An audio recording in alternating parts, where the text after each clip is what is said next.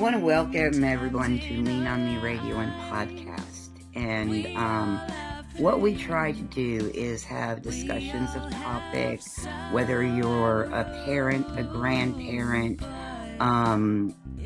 adult survivor of child abuse, neglect, or if you have any type of mental illness disabilities. And so these are the types of discussions that we have. And today I am interviewing Clarisse. We'll leave her last name unknown. And so I met Clarisse on an app called Clapper. A lot of people don't know about Clapper. It's Clapper. And basically it's a freedom of speech app.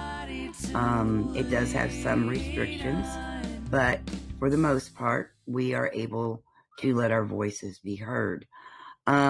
So Clarisse, I want to welcome you today, and I want to thank you for joining us. And if you wouldn't mind, just kind of introduce yourself and let us know a little bit about you. Absolutely, Rita. Thank you for asking me to be here today, and I was really looking forward to this.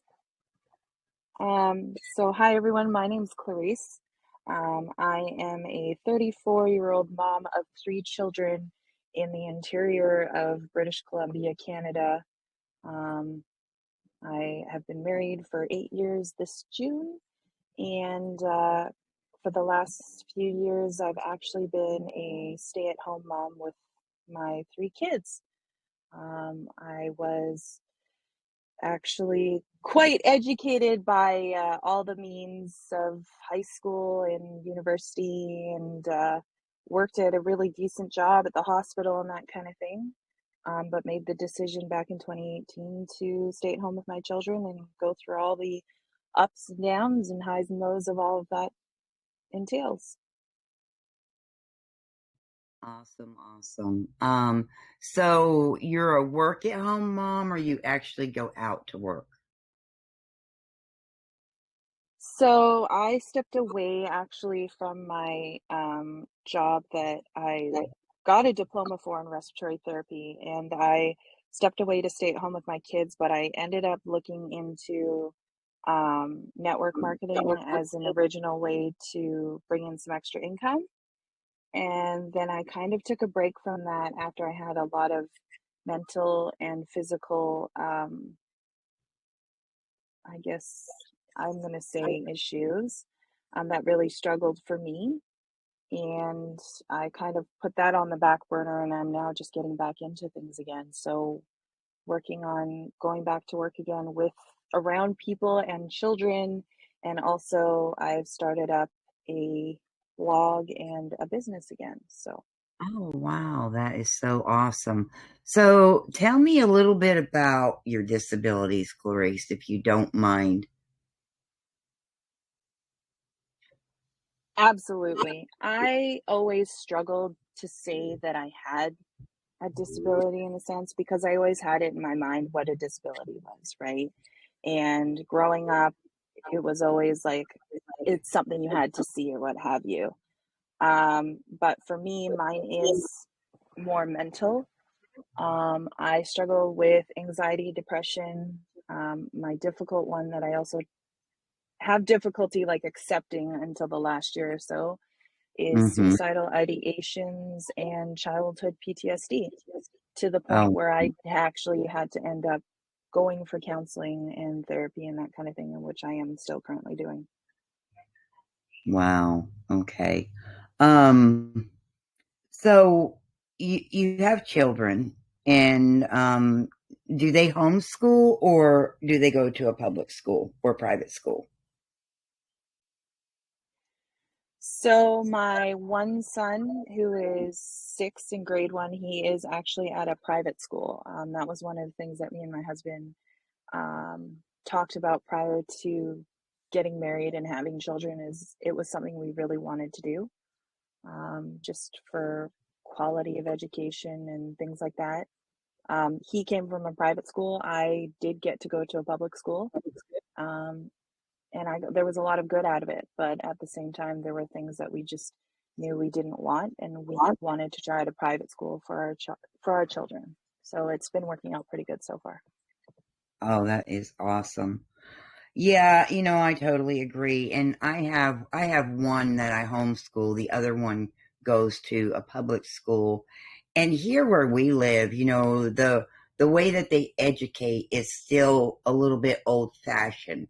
We haven't really had that many stipulations put on us, where I know you live in a different state than I do. Where exactly do you live? I mean, not exactly, but what state, what province? So I'm actually in British Columbia, which is on the west coast of Canada. Okay. And by a lot of means necessary, it is more, I would say, liberal in nature. So Okay. my husband and I do come from a more conservative background. So our ideas don't exactly fit with what majority of people are. So we search out those opportunities and where it does align with our values more. Right, right.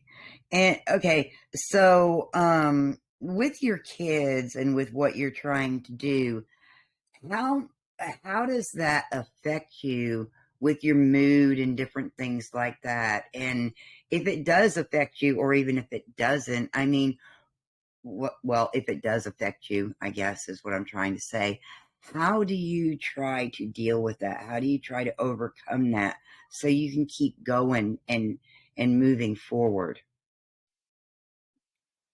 That's a really good question. I've had to work really hard to, at first, identify the fact that I had an issue. As a parent, as a mom, even as a woman in general, we always like to believe that we could do it all, right? Right. It's been drilled into us that we can do it all, and we're the multitasker, and this is how we get things done, and we live on like very minimal sleep and tons of coffee, if that's the case, and things like that. Um, but it's not the case. You know, we really do not operate 100% all the time. And so for No. me, I had to first identify it and be willing to look for help and admit the fact that I needed help with that, because I'm the type of person where if I have an issue, I will tend to stuff it down more so and believe that I can deal with it myself, and I'm better served helping other people. And that includes my family, my friends, my husband, everyone except for me. I wasn't helping me. And if I didn't do that, as the case was, I exploded. I literally like imploded everywhere. Like my mindset was gone. My spiritual aspect was gone. I basically lost it mentally, but I was still trying to hide it. Right. And I can totally relate to that because that's exactly the type of person I am too. I tend to stuff things rather than discuss it or talk about it. And, I've gotten myself into counseling. So when I get to those areas where I have difficulties, now I'll pick up the phone and call my counselor. There are times, though, that I still just don't do it. And then, you know, I suffer and my family suffers because of it. So, what are some of the things that you do to overcome that? So, one of my big things is I like to journal, whether it be on my phone. I prefer, though, pen and paper. So, I do have journals. Yes, I do say plural on the journals because I have one Hmm. where I like write out a lot of like very personal stuff, and I have another one that's a prayer journal, which is still personal, but it's still more, for me, it's more spiritual in that sense if I put it in one place. So I do a lot of journaling. Another thing I tend to do a lot of, and I have been sharing a lot more of, mostly because of comfort factor and stuff, is I work out. I found that working out and exercise, like regular exercise too, helps with that quite a bit. Hmm. And I like to go for like walks and listen to music. Like I'm pretty sure I probably blew out my eardrums sometimes, but I like blast the music, and I will be like, I could be anywhere and I'll just start dancing a little bit and people are like, what's going on with her? But it's because like for me, that's how I start to feel happy. If I'm like moving my body, hanging out, just doing the thing, you know, that helps too. So those are the three things that really help for me.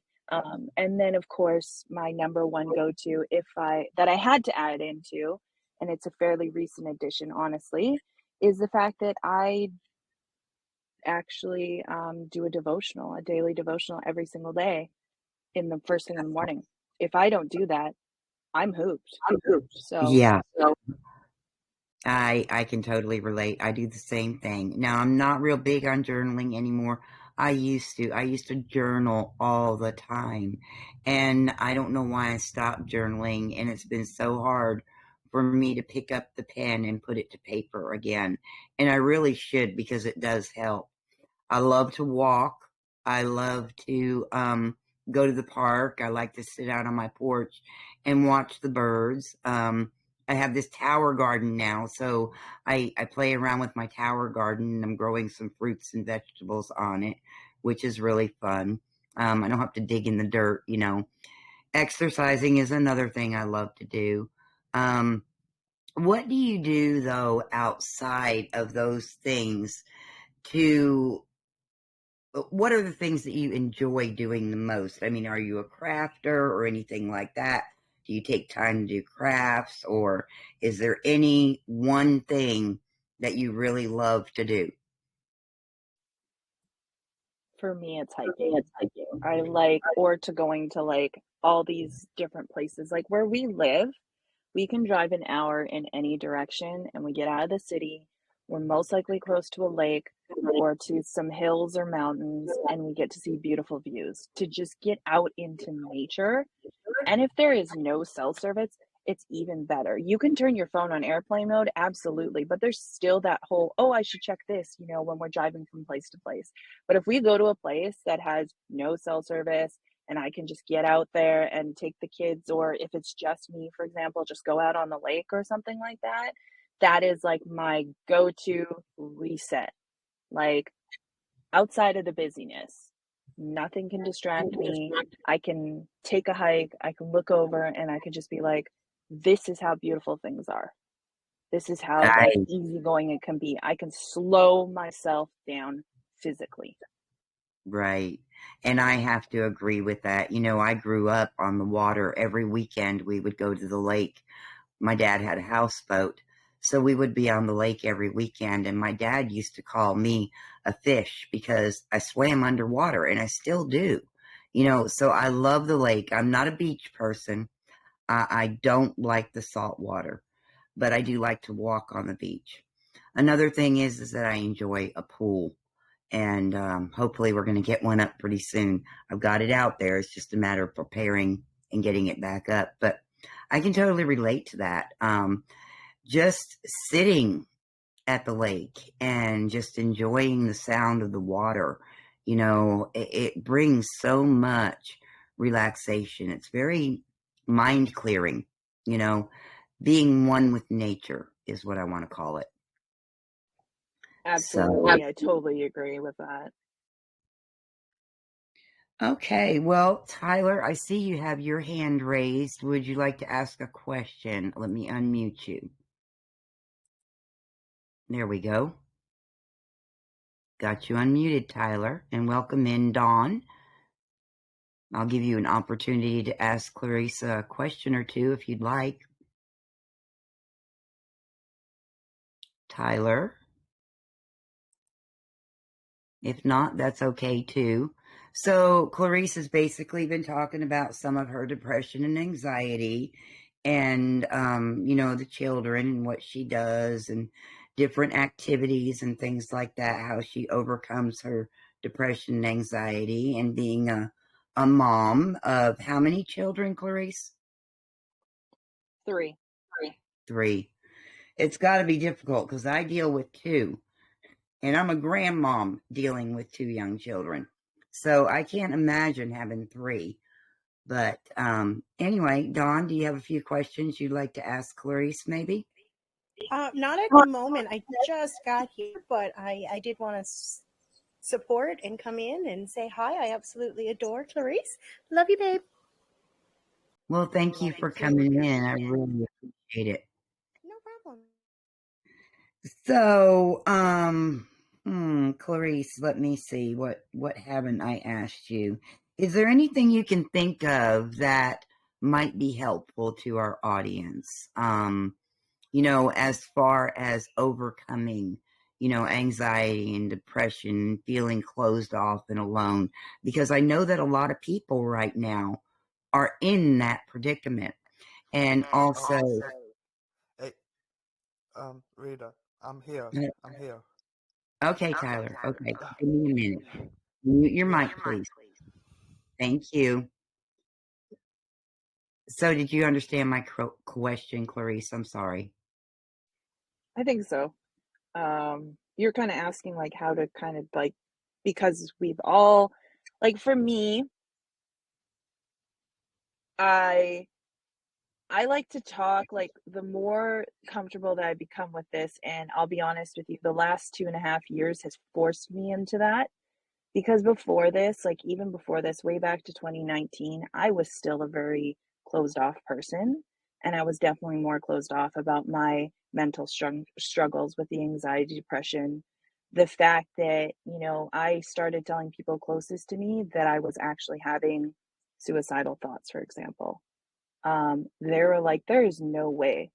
A very small unknown fact about me that a lot of people don't know, because I don't tell them, but if you go to my small hometown, everybody knows, is the fact that it runs in my family. I have had a couple of cousins and as well as my birth mom, all took their lives on their own accord, and it was actually due to postpartum depression. And that is something I struggled with very, very hard. And it's something that I feel has become more talked about, which is interesting because at the same time, a lot of people have felt so lonely in the last 2.5 years. We almost have been forced into that. Right. And it's almost like all these mental things that we struggled with before have started to come out because people are basically sick of the fact that we got more silenced versus being told to be able to come out with these things and talk about these things. And it seems that people have reached a breaking point where they want to start talking about these mental and physical struggles that they've all been having. That these things did not go away, even though we were so isolated. They were still there. And I think that it's almost a saving grace in the sense that for me, I found out that some of the closest people that I've been with, we all had the same issues, but we refused to talk about it, and we've been friends or have been been family for years, right? We Right. got forced to first of all accept the fact that we have problems, at least for me, and so did my sister-in-law. Actually, two of my sister-in-laws came to that conclusion, and they were forced into a point where, because they were so isolated, they had to make a choice to honestly live for their children, in the case with me, or to not. And we all ended up, all three of us, and here's a case in point, all three of us ended up going and getting counseling within 2 months of each other. We all suffered through miscarriages, but we didn't talk about it the entire time because we were afraid of making people uncomfortable. We didn't talk about the fact that we probably thought about ending our own lives within 2 months of each other. Right. Right? This has forced us, so many people, to start coming out with it. And I think that's a great thing. It's a heartbreaking thing because you don't want to think that someone else is hurting. But at the same time, it's like there are more people than you think who struggle with the exact same things. And I believe that conversation has to be open. Right. I agree. And if Victoria were in here right now, who is the president of Oz, Helping Hand for Healing Souls, okay, she would totally agree with you because of the fact that if we stay silent, the ones that, and here's the thing, and we talked about this before, if we keep bottling things up, that's not going to make it better. It's going to make it worse. Okay. Because we come to this breaking point of where we can't handle it all anymore. And then we're off the wall. Okay. We've already talked about that.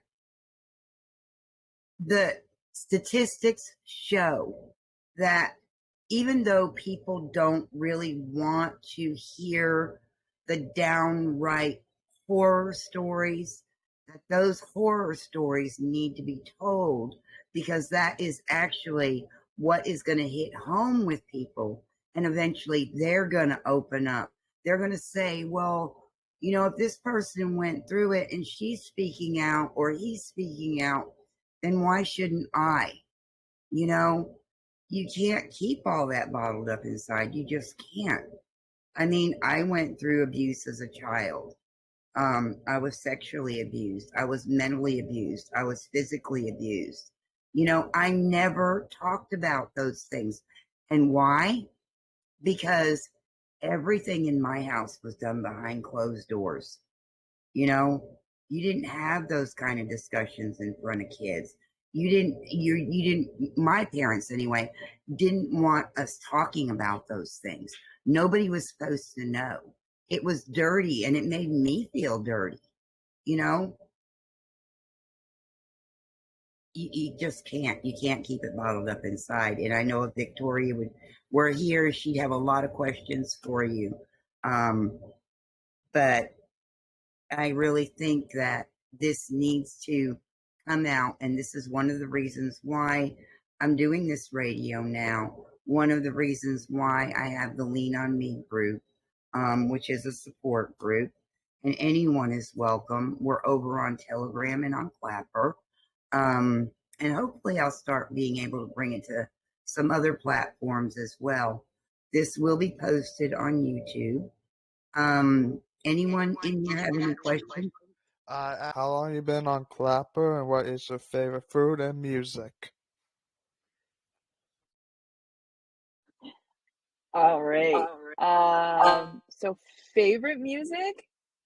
I really love 50s and 40s, even 30s. Big band stuff gets me jazzed up every single time. And my close second would be country, but I will dance to everything. As far as food goes, that is a hard one, actually. It used to be steak, and now I'm just like, eh. So I don't know, actually. That's really hard, Tyler. And I was on Clapper for a year, March 10th. Wow. Now that's pretty cool. Well, Rita, wrap it on up, please. That is awesome. Thank you, Clarisse. Dawn, do you have any questions at this point? If not, I do. I would like to know where Clarisse's favorite place in Canada is to go and visit.